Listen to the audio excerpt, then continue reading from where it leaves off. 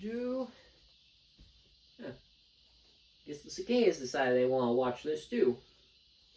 But, oh, Sunset Alphaville, welcome back to the election breakdown.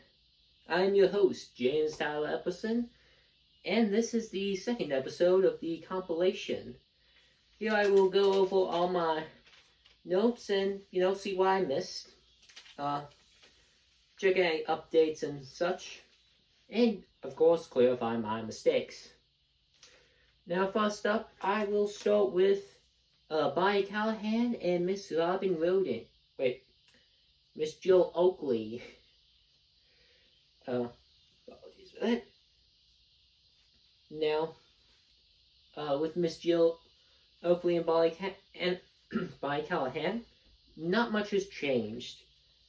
Miss Bonnie has continued to fight for say ordinances and apologize to all the people she wronged during her campaign and prior enforcement of say ordinances. So much so, in fact, that some of them have actually decided to vote for her. She must have been very convincing. Yeah. Now, I also want to make it clear that in that video, I went a little hard on Miss Bonnie Callahan. Now, I did that because, well, that criticism was valid. But I also want to make it clear, Miss Bonnie Callahan, she's a good woman. She does care a lot about the city, and yeah, she can nag at us sometimes, but, sometimes we have to get nagged at. Now, the only real issue I take up with what she's enforcing, the actual campaigns, is she doesn't want us growing our vegetable gardens and cornfields in our front yards, which I'm a bit disappointed in. Personally, I would like to see that ordinance removed, as it doesn't really affect the people in Albertville, and this is an agricultural city. Why shouldn't we be farming? But either way, on to the next group. Mr. McGowan and Robin Roden. Now, with Robin Roden, she's actually also in real estate on top of her being a bus driver. Now, in my research and stuff at first, I got confused thinking that that Robin Roden, the bus driver, was different from Robin Roden, the realtor, who is also friends with my mother. Turns out I was wrong. I got confused by, one of her assistant's profile pictures being on the real estate business and such. I should have done a little more digging onto that, but I had to, get that out fast at the time and was focused more on policy. Aside from that, nothing else has changed. She is still, fighting for, government transparency, unity, and, just general, everyday bits of the city. Now, Mr. Chuck Ellis and Ray Canberra. Nothing really new as far as policies with them, though, as an overview, Mr. Chuck Ellis, he's a former councilman and a senior state trooper, a very law and order type.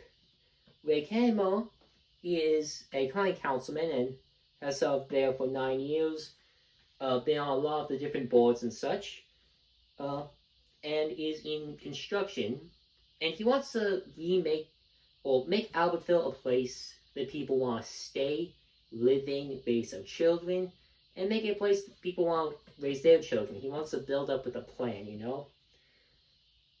And also going over with overall with McGowan and Robin Roden. Robin Roden's more transparency focused. McGowan, you know, well, with him, he's the liaison between the different boards of the city, different businesses. Uh, he's a pretty more skilled person and a very good asset to the city.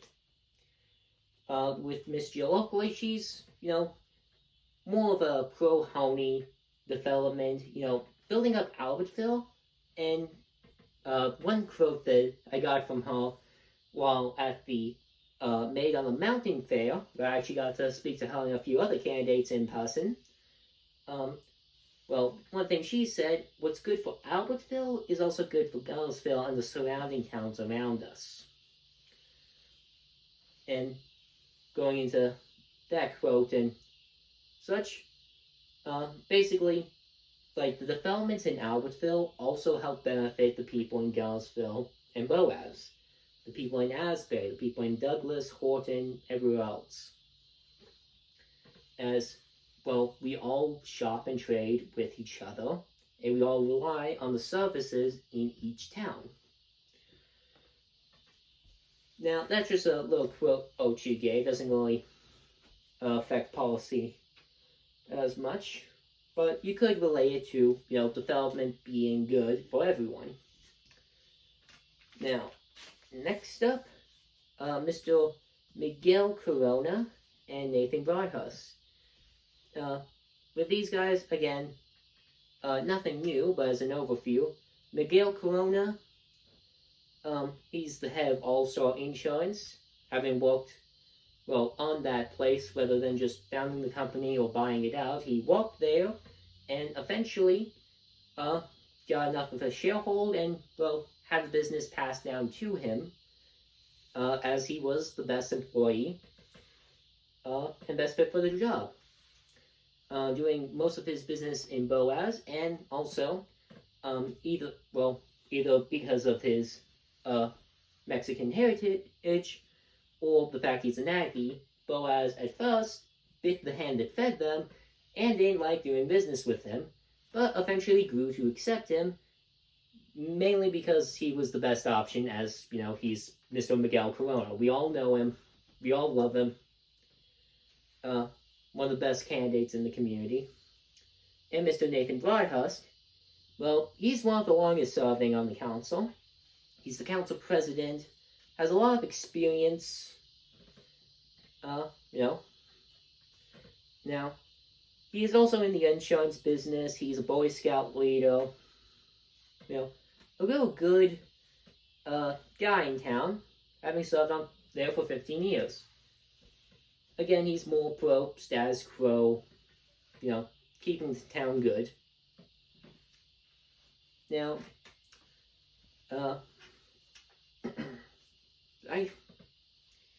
Now, with all these candidates, one thing I want to say about all of them, they are a lot better politicians than anyone in Washington and anyone than, say, in Montgomery and most other towns. People of Albertville, my fellow Aggies, we are lucky to have all these people. Like, no one in our, political system here, we don't bash each other. We don't worry about party alignment. We don't even really have political parties here in Albertville. We all run on our individual merits and, what we believe in. Rather than party alignment and such, we collaborate with each other, and we often share ideologies, but we don't let that drive us. We stay connected to each other, stay in our lanes and industry, working together as a community for a common collective. We have a kind of strong fighting spirit to us and a semi-class pyramid structure to our city, but that also, creates a sense of order, a sense of collectiveness. We all have a role here, we all do our part, we all belong. It's not like a totem pole or like a pyramid of power. It's a triangle of stability and a family. Now, I'd like to thank you all for watching. this will be the last actual election breakdown for a good time on this channel. But I'd like to do this again in 4 years, and we'll expand to both the Boaz and Gulsville city elections later on then. But until then, thank you. I will probably continue on doing some of the more philosophical history and political content and such. Hopefully y'all don't get bored of that, or and I don't get too partisan. But I enjoy it, and y'all do too. Y'all seem to. Though I will also post all the other stuff I do for my fans of that, and work on other content, as, well, I prefer to have my finger in every part rather than just stick to one single path. Now, I'd like to thank you all for watching. My fellow Aggies, time to go ahead. I will see you in the next video.